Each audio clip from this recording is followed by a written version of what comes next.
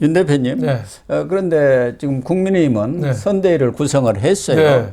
원래는 한동훈 네. 비대위원장 원톱 체제로 이렇게 구성을 하는 걸로 알려져 있었는데 어제 발표된 거 보니까 한동훈 비대위원장이 총괄을 하되 그렇죠. 그 밑에 원희룡, 네. 나경원, 안철수 그리고 윤재옥 원내대표 예. 그래서 4명의 예. 상임 공동 선대위원을 선임을 했지 않습니까? 그것은 한동훈 비대위원장이 지금 상황을 네. 이렇게 만만하게 봐서는 절대 안 된다는 비장한 각오를 좀 표명한 것 아닌가 하는 생각도 들어요. 특히 이분들은 대권 후보로서의 네. 충분한 자격을 가진 분들이고 그렇죠. 또 뭐 세 분은 다 수도권에 있는 분들 아닙니까? 예. 그러다 보니까 이제 한동훈 이 비대위원장이 좀 뭐 총선 지휘는 하죠. 예. 그렇지만은 혼자만 모든 걸 다 하다 보니까 싸우고 뭐 모든 걸 병사 역할까지 장군 역할까지 다 하다 보니까 약간의 피로감이 있을 수밖에 없거든요. 그렇죠. 예, 그래서 모든 예, 이 스피커를 다 한동훈, 하니까. 그러니까 예. 한동훈 비대위원장이 그럼에도 불구하고 한마디 실수도 안 한 건 참 잘했어요. 야, 그럼요. 하지만 대단합니다. 앞으로 한 달 가까이를 혼자서 다 끌고 가기는 이 사람이 지치거든요. 그리고 네. 지역에 지역 네. 유세, 지원 그렇죠. 유세를 계속 다녀야 하는데 그렇죠. 이 중앙에서 네. 컨트롤 타워 역할을 할 분들이 아주 중요하지 그렇죠. 않습니까? 뭐 정책 결정하고 의사 결정할 게 많은데 전국 다니면서 하는 게 사람인 게 한계가 있으니까 네. 한동훈 위원장이 총괄 선대위원장은 맞되 그 밑에 이제 원희룡 대권 주자잖아요. 인천 개항을 해서 나경원 이분도 여성 중진 중에서는 과장 대표죠. 그렇죠. 네, 그리고 안철수 그 대권 주자죠. 경기 윤재욱 원내대표 여기는 이제 이분들을 예, 공동 선대위원장 상임으로 해가지고 같이 손잡고 뛰겠다. 제가 보기에는 뭐 바람직한 전략 아닌가 이런 생각이 좀 듭니다. 원희룡 전 장관은 지금 인천을 맡게 그렇죠. 되는 것이고 나경원 네. 전 의원은 서울 네. 그리고 안철수 네. 의원은 경기도. 네. 그러니까 수도권에서 승부를 보겠다는 의지가 담겨 있는 것 그렇죠. 아니겠습니까? 그렇죠. 특히 앞서 말씀드린 대로 네. 대권 주자급 인물들을 국민들의 네. 지지를 끌어내겠다. 또 네. 중도층이라든가 무당층의 네. 표를 끌어내겠다. 그런 의지 아니겠습니까? 그렇죠. 그건 뭐 좀 다양하게 그 인맥을 구축해서 선거를 끌고 가는 거는 가장 바람직하지 않나 이런 생각이 들어요. 한동훈 효과가 물론 있지만 몇 개월이 지나면 사람들이 이 지루해 하거든요. 예. 그 새로운 거를 주는 거죠. 지금 조국 신당이 말도 안 되고 저렇게 어떻게 보면 도덕 파탄적이고 나쁜 어떻게 보면 적반하장 당이 없는데도 불구하고 조국 신당이 어느 정도 인기를 모으는 거는 메뉴로 다양화해서 그래요. 예. 예, 민주당이 간장게장만 팔았는데 조국 신당은 그 양념게장도 팔고 꽃게찜도 팔고 이게 어떻게 보면 극단적인 지지자 또 중도층적인 지지자 여러 고객을 끌어모으겠다는 전략이거든요. 그러니까 국민의힘도 내부에서 좀 다양화할 필요는 있다 이런 생각이 좀 듭니다. 특히 지금 국민의힘이라든가 네. 정부에서 여러 가지 공약들을 내세우고는 있습니다만 그걸 총괄해 갖고 이번 총선에서 아주 대형 네.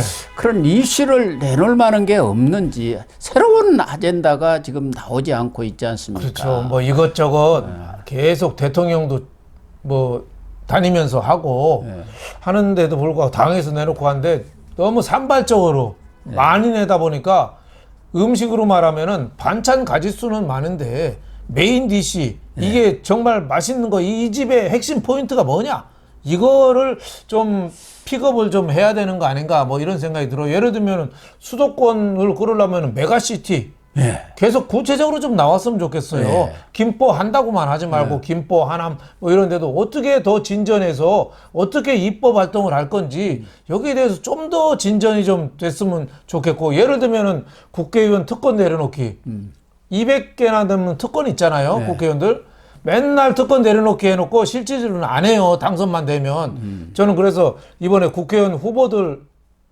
나올 거 아닙니까? 다 공천 다 끝났잖아요. 254개 지역에다 비례대표. 이 사람들한테 인감증명을 좀 받았으면 좋겠어요. 당선되면 맨 먼저 특권 내려놓기부터 통과시키겠다. 인감증명 공증 좀 해서 국민 앞에 발표했으면 좋겠어요. 그것만 해도 저는 어느 정도 성과를 이루리라고 봅니다. 과거 이명박 정권 때 예. 이 뉴타운 네, 공약으로 네. 아마 2008년인가 되는데 그렇죠. 서울 40개를 석권해 버렸습니다. 그렇죠. 뉴타운 바람이 엄청나게 불었지 않습니까? 포탄이 빵 터지니까 그거 쳐다보느라고 민주당에서는 아예 뭐 대응도 못했죠. 박근혜 비대위원장 네. 시 그때는 그렇죠. 2012년인가요? 그렇죠. 그때는 근데 한명숙 아마 김종인 이런 그렇죠. 분들을 네. 끌어들여 가지고 네. 경제 민주화 이 공약을 가지고 또 휩쓸어 버렸단 말이에요. 그렇죠. 그러니까 이번의 경우도 전체를 관통할 수 네. 있는 아주 메가 히트급 그렇죠. 그런 공약이라든가 아젠다를 내놓을 수 없는 건지. 그렇죠. 그래서 좀 정부 내에서도 경제부처랑 좀 논의가 좀 구체적으로 좀 되어가지고 예. 메인 아이템을 딱 내놔야 되는데 그게 없어요. 예. 그게 아직은 이제 예. 선거 운동이 네. 본격화 되지는 않았으니까 네. 21일 네. 등록하고 28일부터 본격화 되니까 그때쯤 가서 그냥 펑 터뜨리고 총선까지 10일까지 몰고 갈 가능성은 남아 있지만 있다고 봐야죠. 현재로서는 조금 아쉬움들을 지금 표명하고 있지 않습니까? 그렇죠. 메가시티나 철도 지하화 다 관심 많은 거잖아요. 예. 좀 더 진행을 해서 확실하게 좀 했으면 좋겠다. 또 반도체 뭐 벨트 이런 것도 얼마나 얘기가 돼요. 예. 이런 거를 그냥 하나하나만 내놓지 말고 그걸 엮어서 구슬이 서말이라도 꿰야 보배라는 얘기가 있잖아요. 그걸 엮어서 하나의 키워드로 일맥상통하게 만드는 거죠. 예, 그런 전략이 좀 더 필요하지 않나 이런 생각이 좀 듭니다. 그럼에도 불구하고 이 선대위 구성을 보면은 네. 민주당의 경우는 3인 선대위 아닙니까? 네. 쓰리톱. 네. 쓰리톱이 아마 첫날부터 회의라고 나와서 하는 거 보니까 조금 의견들이 2인 상박인지 3인 뭐인지 조금 저는- 엇갈리더라고요. 그런데 이해찬 전 대표, 네. 김부겸 전 총리 다 한물간 분들 아닙니까? 한물간 분들이 동상이몽이죠. 예. 어떻게 뭐 좀 해볼까? 어떻게 해볼까? 특히 뭐 이해찬은 지난번에 그 임종석 공천해달라고까지 얘기했었는데 그냥 이재명이 탁 잘라버렸잖아요. 예. 이재명하고 사실 이재명을 정치권에 집어 넣어준 사람이 이해찬인데 그 말까지 거부했어요. 근데 이해찬이가 선대위 몸도 아파서 지팡이 짚고 다니는데 들어왔겠어요. 왜 그렇겠어요? 특별히 할 일이 없어서.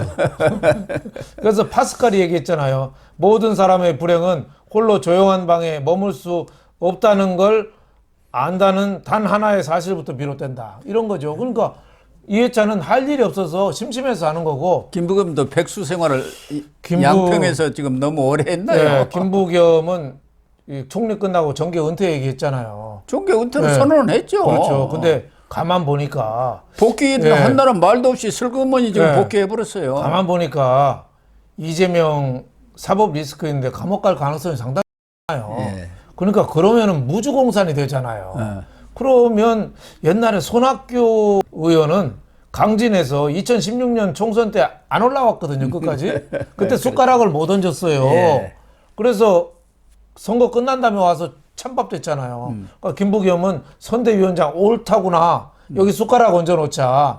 예? 총선에서 지든 이기든 나한테 기회가 없을 수 있다.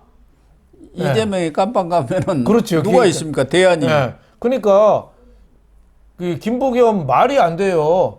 뭐 화합과 통합이 안 되면 선대위 참여하지 않는다. 화합과 통합 뭐 된 게 있어요. 그러니까. 다 자르고 이재명 측근만 살려준 이 공천인데 여기 대해서는 한마디 찍소리 안 하고 앞으로 윤석열 정권은 심판하러 내가 왔다. 심판은 짓불 김부겸이가 무슨 심판을 해요. 네? 그리고 윤석열 정권 심판할 게 뭐 있어요. 검찰 독재라고 하는데. 그러니까 김부겸도 말이 안 되는 건 아는데 그럼에도 불구하고 김부겸 측근들도 많잖아요. 김부겸이가 뭐 돼야지 또 그 안에서 더 먹고 살잖아요. 그러니까 한 무리가 나온 거죠. 한 무리가 시골지 하다가 뭐 이렇게 떨어지니까 서울로 옮긴 겁니다. 그러나 네. 어쨌든 민주당도 이제 공천 파동을 거의 진정시키고 네. 진짜 전열을 가다듬고 네. 있지 않습니까? 네. 이 한물관 분들이 지금 모여 있기는 하지만 두 분 다 백전노장들 아닙니까? 고려 거란전쟁 그 당시 강감찬 장군이 네. 70이 넘은 노구를 그렇죠. 이끌고 가서 네.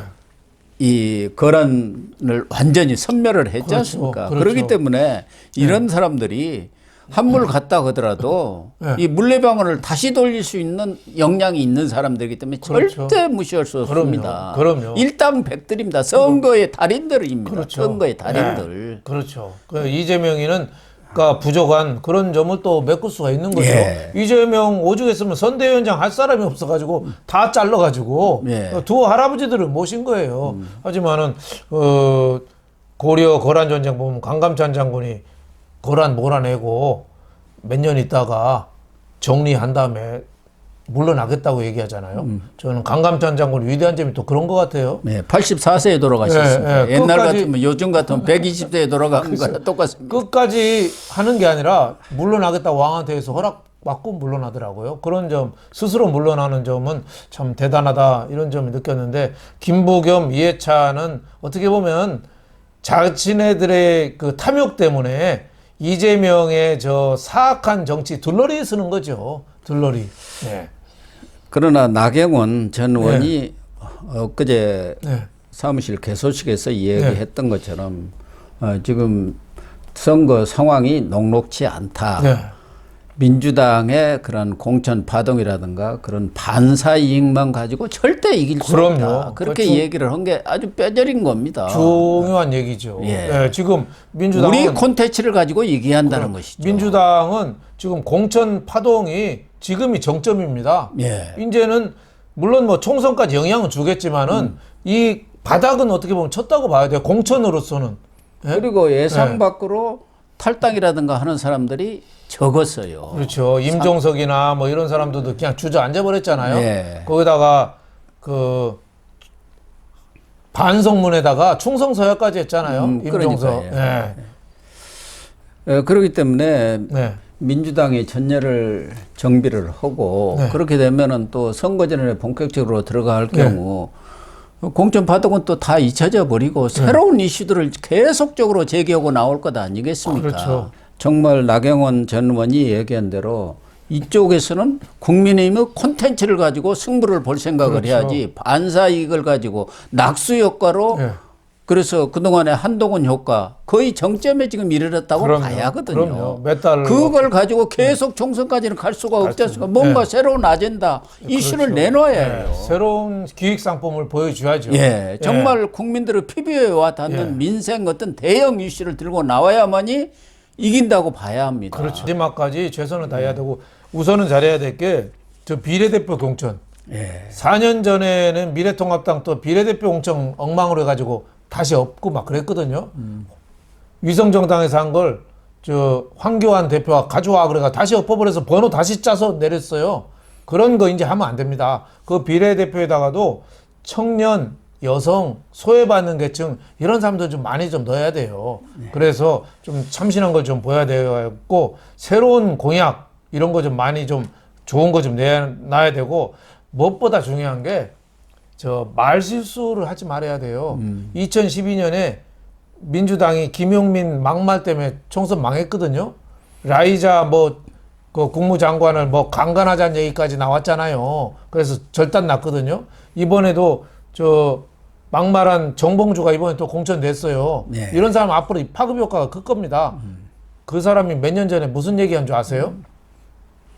그 유튜브 나와서 뭐라고 그랬냐면 DMZ 관광하는데 그 현상금 상금을 뭘로 주냐면은 목발로 주자. 지뢰 목발로 주자. 예? 참. 그런 얘기했어요. 어떻게 예? 그때 목발 지뢰 사고가 났었지 않습니까? 그렇죠. 한 2년 전에. 그렇죠.